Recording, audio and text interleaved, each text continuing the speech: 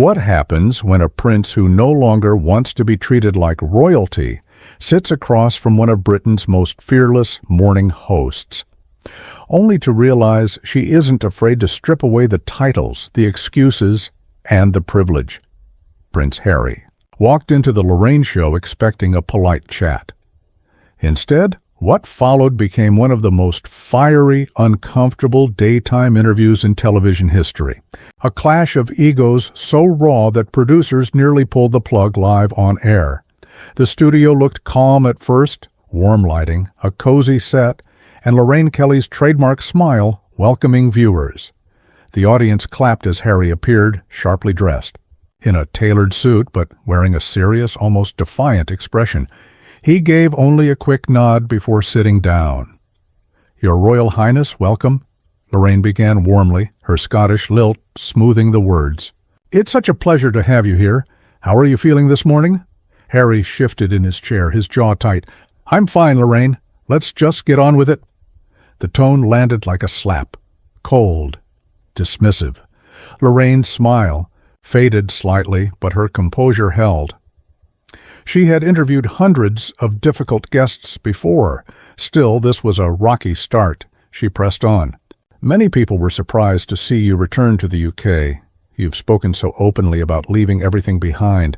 So, let me ask directly, why are you here now?"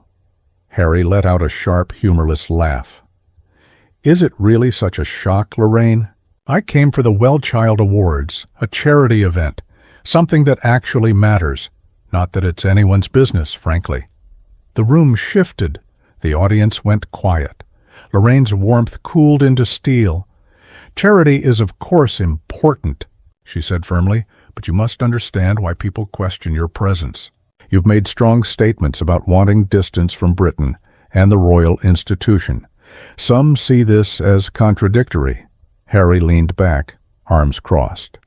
"People see what they want to see. That's the problem, isn't it? No matter what I do, it's twisted. I can't even breathe in London without someone calling it a betrayal.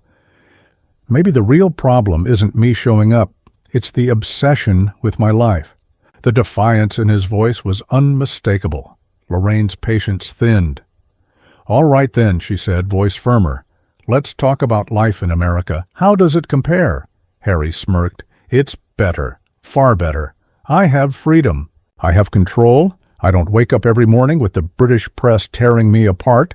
So yes, life is better by every measure." The bluntness stunned the room. Lorraine's tone sharpened. "So are you saying your time in Britain was worthless? That nothing here mattered?" Harry leaned forward, voice rising. "Did you hear me? I said it's better there. Better than being suffocated here. I'm not going to sugarcoat it. Call it rude, call it disrespectful. It's my truth." Gasps rippled through the audience. Lorraine adjusted her seat, unflinching. "Harry, you've always fascinated people because you speak so candidly. But do you realize how these words sound to those who admired you here, who supported you?" Harry waved his hand dismissively. "People will think what they want. They always have. But sympathy doesn't protect my family. I did what I had to do for Meghan, for my children, for myself. If people feel disappointed, that's their problem, not mine." The arrogance cut through the air. Lorraine's patience snapped. She leaned forward, eyes locked on him. "Then let's be plain. You're in Britain, a country you say brings you pain. You've chosen to sit in this chair on this program, and whether you like it or not, people are watching and forming opinions. Do you care at all about that perception?" Harry's lips tightened. "Not anymore. I've wasted too much of my life caring what strangers think. They never cared about me." The silence was heavy, the tension suffocating. Lorraine took a slow breath. "Since you're being so forthright, let's address the rumors. Meghan is in California, you're here in London. People whisper that perhaps things aren't as perfect as you'd like the world to believe. What do you say to that?" Harry's eyes blazed. "Rumors, that's all they are. And I'm shocked you'd even bring that up. You, Lorraine, should know better than to feed into tabloid garbage." Lorraine stayed steady. "With respect, Harry, people are talking everywhere. Don't you think it's better to answer directly?" Harry's voice rose. "Absolutely not true. Meghan and I are stronger than ever. Anyone who believes otherwise is desperate for drama. And frankly, I'm insulted that I came here to talk about real issues, only to be dragged into gossip." The audience shifted uncomfortably. Lorraine's tone dropped, firm but calm. "Harry, your defensiveness suggests those rumors touched a nerve." His glare was ice cold. "Don't psychoanalyze me on live television. You don't know my life. What you're doing is character assassination dressed up as curiosity." The air grew heavier. Lorraine pressed on. "Then let's turn to your book, Spare. You revealed intimate details, your grievances, your pain.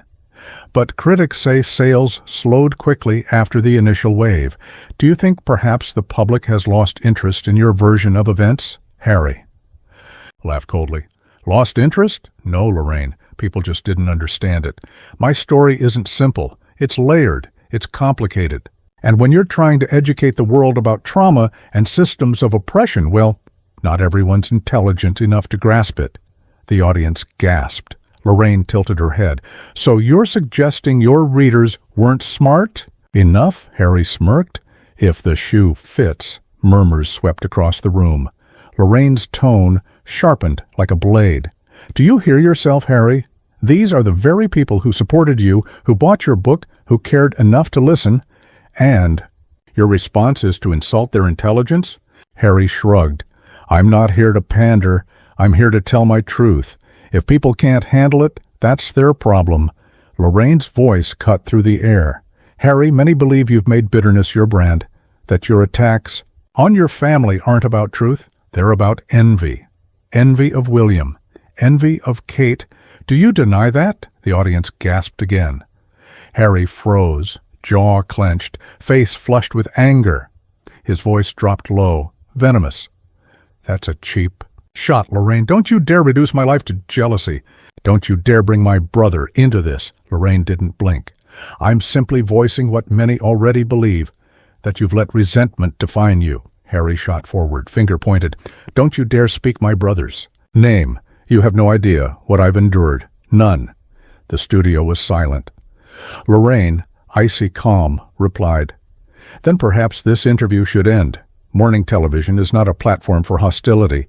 If contempt is all you can offer, then there's nothing more to say." Harry ripped off his microphone, fury etched on his face. "This is pathetic. You're pathetic."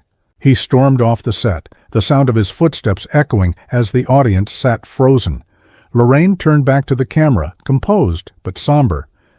"Well, I think that speaks for itself. We'll be right back after the break."